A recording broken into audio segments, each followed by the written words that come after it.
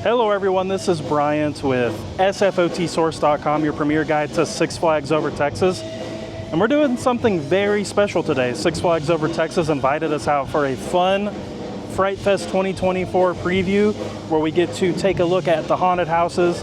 There are some entertainment offerings to check out, and there's also scare zones that we're going to get to walk through. So huge thank you to Six Flags Over Texas for the invite. We're very excited to get a little sneak peek and check out the offerings. Now, of course, Fright Fest runs September 13th all the way through November 3rd, select dates. So you have plenty of time to come enjoy the event. And we, of course, will come out at a later date to cover everything that there is to know about Fright Fest. So this is gonna be basically like a little sneak peek. So the only thing is we can't film in the haunted houses, but we will be able to kind of show you how the transformations have taken place with the facades and give you an idea of what our experience was like. So it's time, let's get spooky. I can see you from behind. You can hear me in your mind. Run so fast as you can go. Time will catch you before you know.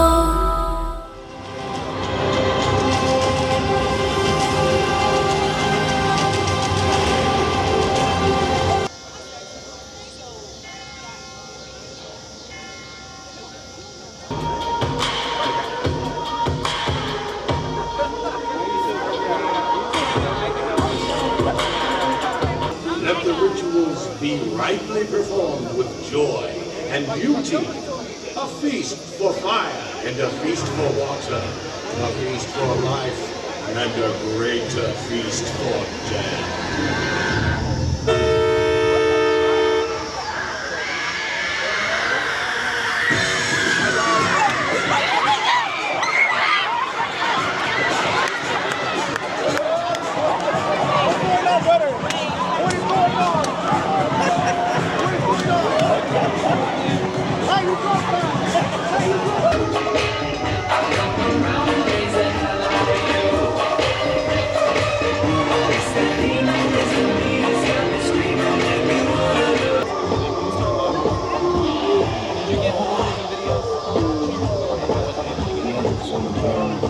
Pull up in a monster or the one feel gangster with a bad that came from Sri Lanka. Your brain, then I'ma start rocking gold teeth and fangs, cause that's what I'm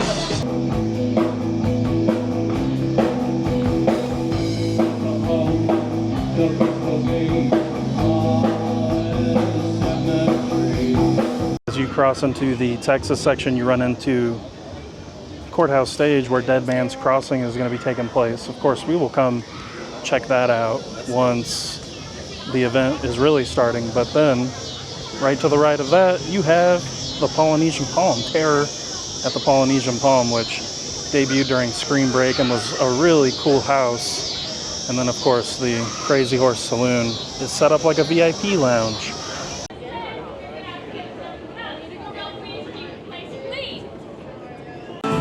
Set up a very fun VIP lounge here in the Crazy Horse Saloon, and there are samplings of the specialty food. So you've got like the hot honey chicken sandwich, you've got the squealer, you've got a themed funnel cake and churro, you've got some cheesecake nachos, which look really cool, and then you've got some fun fries over here. So I'm going to have to give some of these a try.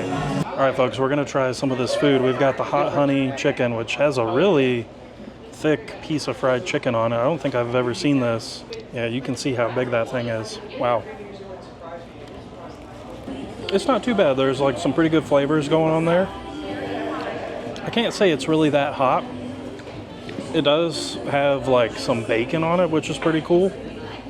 It's not particularly hot, but I think, you know, when you're having to make food for a huge array of people, you're not gonna do that, but I like it. It's pretty good. All right, y'all, we're gonna try the squealer next, which is like a pulled pork type of sandwich. I don't really know what's on it. I'm kind of in the dark. Let's see if we can figure out what's on it. Some kind of barbecue sauce, but it doesn't taste like the normal barbecue sauce. Lots of jalapeno. So you had like your hot honey chicken, not very hot. This thing got some kick to it because it's got the jalapenos on there, but it's got a good flavor. I'm not a huge fan of jalapenos, usually like on food, because to me they kind of have like a flat taste. I know that's probably a very controversial opinion, but they're good. They complement this sandwich really well. All right, next up we've got these fries, which have, looks like cheese, pulled pork, and bacon. The lighting is very spooky in here, and it kind of messes with what I think this might be versus what it actually is. So there's like some kind of hot honey sauce on these too. It's just your standard like Six Flags fries, nothing crazy there. But you have that like honey sauce on there, and it's really good. Now, the one thing I will say, I don't know how these are going to be served when the park is open for Fright Fest, but this presentation, a little bit messy, a little bit on the messy side trying to eat these. All right, next up, try the churro. Definitely pumpkin of some sort, pumpkin spice churro. It's like your standard Six Flags theme park churro, but it's got like a, just like a kick of, not even a kick, like a little hint of the pumpkin, which I think is incorporated with like the cinnamon sugar on top. It's nice though, it's different. All right, so I think there's two types of people. You either like candy corn or you despise candy corn. There's no in between, but you've got this candy corn funnel cake, and I am one of the people who doesn't mind candy corn. It's a really, I really like this size of funnel cake. Can we like get these to purchase in the park? This is awesome because you don't feel so guilty about eating like a whole funnel cake, you know? It's very light and fluffy. It's a nice funnel cake. I wasn't sure you were gonna taste the candy corn, but you definitely taste the candy corn. And I think some of the drizzle frosting on there is candy corn flavored. So if you don't like candy corn, you might not wanna get this. All right, so one of the more interesting things are these like dessert cheesecake nachos. Oh no, I broke it. But it's got very fun decorations. It's got strawberries on there, frosting. You got like your little Day of the Dead. So you've probably noticed you can get this over in the Mexico section. So it's basically like a sopapilla chip. The drizzle on top is cheesecake flavored. And then you've got the strawberries. Good strawberries too. So I think this is one of the dishes, you've got to get it fresh. It's really good, all the flavors there. The chips are a little, you know, a little bit on the older side, but that's okay. We're at an event where they're having a mass make stuff and lay it out, but I can tell where they were going with this, and I really like this. This is probably, I would say besides like the candy corn funnel cake, this is probably the most unique thing here, and I would say the hot chicken sandwich is definitely a step above what you would normally get in terms of a sandwich here at the park. So highly recommend you try those. And if you go to our Fright Fest guide at sfotsource.com, we do have all of this food listed along with the locations of where you can find them. All right, we're heading down towards Titan. Oh my, oh. This is Chainsaw Alley, as you probably noticed. One of the scare zones here. Uh-oh.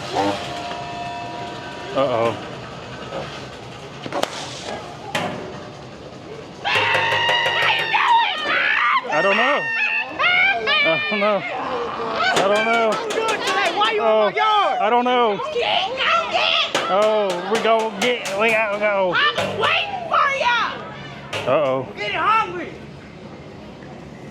We got 95 cents gas, you need it right there. This, it's called his birthday. Oh. She ran a quarter mile in 5 seconds. I don't think so. Calling me a liar? Yeah, I don't think that's going anywhere. What happened to my car? The back's gone. It was them over there. They did it. Clay did it? Yeah. Yeah. Bruce, what you do to my car? Yeah, okay. All right, we threw him off our trail. All right, let's get out of here. All right, so we actually tried to go to the Texas Chainsaw Massacre haunted house next. Oh, train is... Oh, they might be doing the spooky gunfighter train robbery thing. Anyways, we tried to go down to the Texas Chainsaw Massacre house, but I guess it wasn't open. So I'm not really sure, but we might have to come back through and try it out, but the time is ticking. We don't have a lot of time to enjoy the other attractions, so we're gonna move on to the next thing. So next up is the Unearthed Haunt, and last time we were here, they were working on the facade. It actually ended up pretty good. They did like a little carving, but I don't know what's inside there. It's probably very spooky. All right, y'all, we just walked through Unearthed, and it was a lot of fun. It's a kind of a big upgrade from what was at that location last year with the outdoor haunted house. It was indoor. There were a lot of monsters in there, so hopefully there's a lot of monsters when you go through it. Very kind of old school classic haunted house, real dark, lots of people just trying to scare you, not a lot of crazy effects, but we had a lot of fun in it. This is where Saw is going to be. We've made our way into the tower section, and Texas Chainsaw Massacre, which was past the scare zone that we showed you. Both of those houses are unfortunately not open right now. Okay, so over on this side is where your trick-or-treat haunted house will be, like we talked about, but looks like trick-or-treat's not open either. I'm not really sure what's going on with that, but that's okay.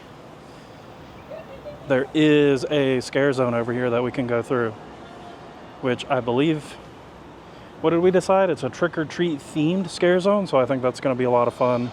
Dang it, I see monsters and stuff. It's a pretty kind of unsuspecting, there's not like a lot of decor or anything out here. Not sure what they are. What is this? What is this guy? It's very fun. Oh. It's a pretty sweet mustache he had though. Oh man, there he is. Oh jeez. What the heck is that thing? It's a bunny. It's a bunny. Oh my goodness. Whoa.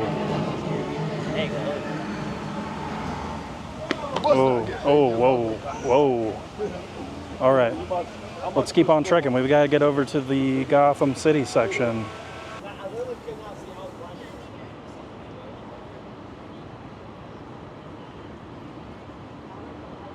As you come over the railroad tracks past Boomtown, you run into Reject Road, which is here in Majestic Theater, and they did a fun little job kind of theming this year with the blacklight sign and the goo on the floor.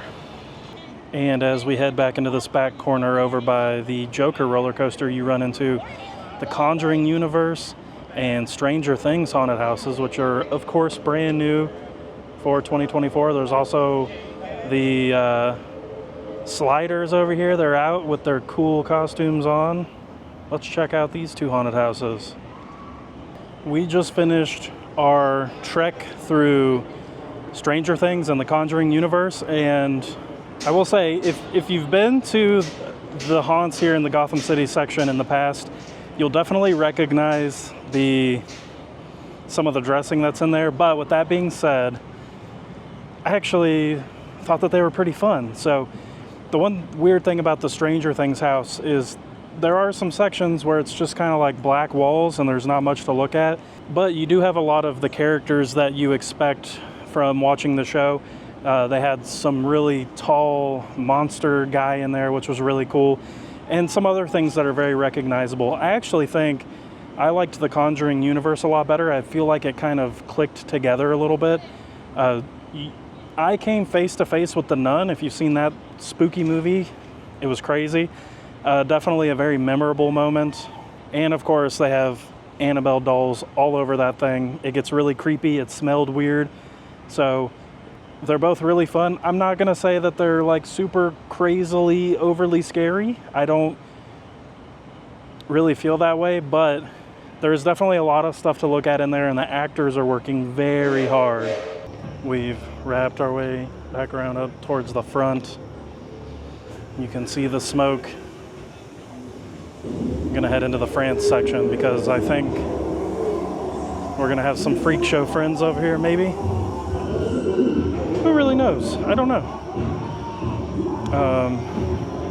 It's definitely suspect though.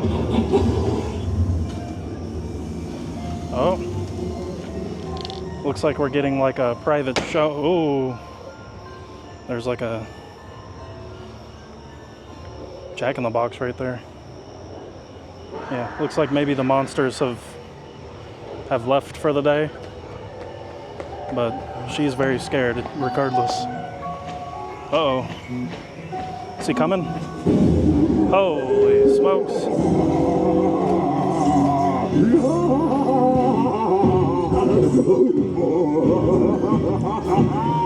Seems friendly, I don't know.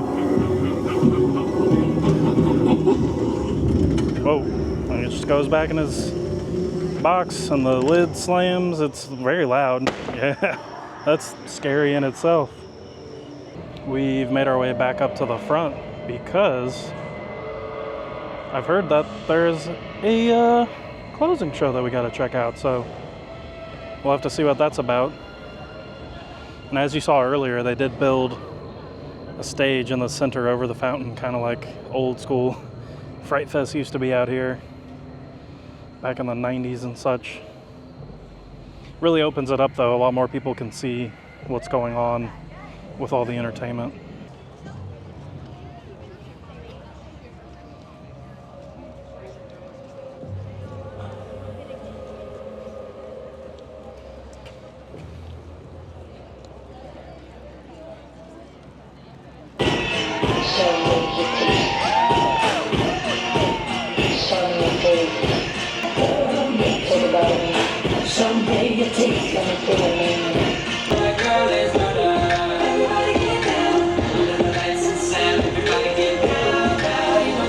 So the dancers were doing their thing, very high energy, lots of fun, but then everyone just turned around and left.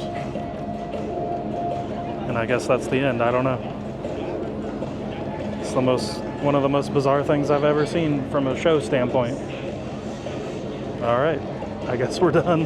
Ooh, I kind of got like the spooky light on my face. All right, everyone, that does it for this preview look at Fright Fest here at Six Flags Over Texas. Once again, thank you to Six Flags Over Texas for inviting us out. We had a lot of fun. It was a little rough around the edges for us. I think we kind of hit things at the wrong time. We walked down to Texas Chainsaw Massacre and it was not open. I'm not sure if it was supposed to be open. And when we were waiting in line for the Polynesian Palm, along with Reject Row, the fire alarms kept going off. So instead of waiting to see how that was going to be resolved, we had to move on so that we could get some of the other attractions out of the way. The little food offerings that we got, which are going to be for sale in the park, were absolutely delicious. The scare zone actors, especially over where the chainsaw alley is, they were doing an awesome job. They were kind of fully embracing their characters, and they were a lot of fun to kind of interact with, and they were getting some people. They were scaring some people. Now the one weird thing there at the end, I'm not really sure if that's how the closing show is supposed to go. You have the dancers who, very high energy, it's a very fun show, but it just kind of ended and they kind of walked away, and that was it. So I don't know if maybe it's just unfinished or not. We are here for a preview. We'll have to come back and see how that pans out. Now, of course, there's other entertainment offerings we didn't see. You can find those on our website. We'll have to come back out here and do a much more in-depth look at Fright Fest once things kind of get rolling. So you'll probably notice that we didn't check out the Saw or the Trick or Treat Haunted House. That's because I don't think that they're going to open on time. Some of the Six Flags parks have already posted some things that there are some delays. I do think these are delays that are out of the park's control, so just be patient, and hopefully as the event moves on, they'll give us a heads up as to when those things are opening so we can come out and enjoy them. If you have any questions about Fright Fest, I encourage you to check out our guide or ask in the comments below. We thank you all for watching. Take care, and we'll see you at a theme park.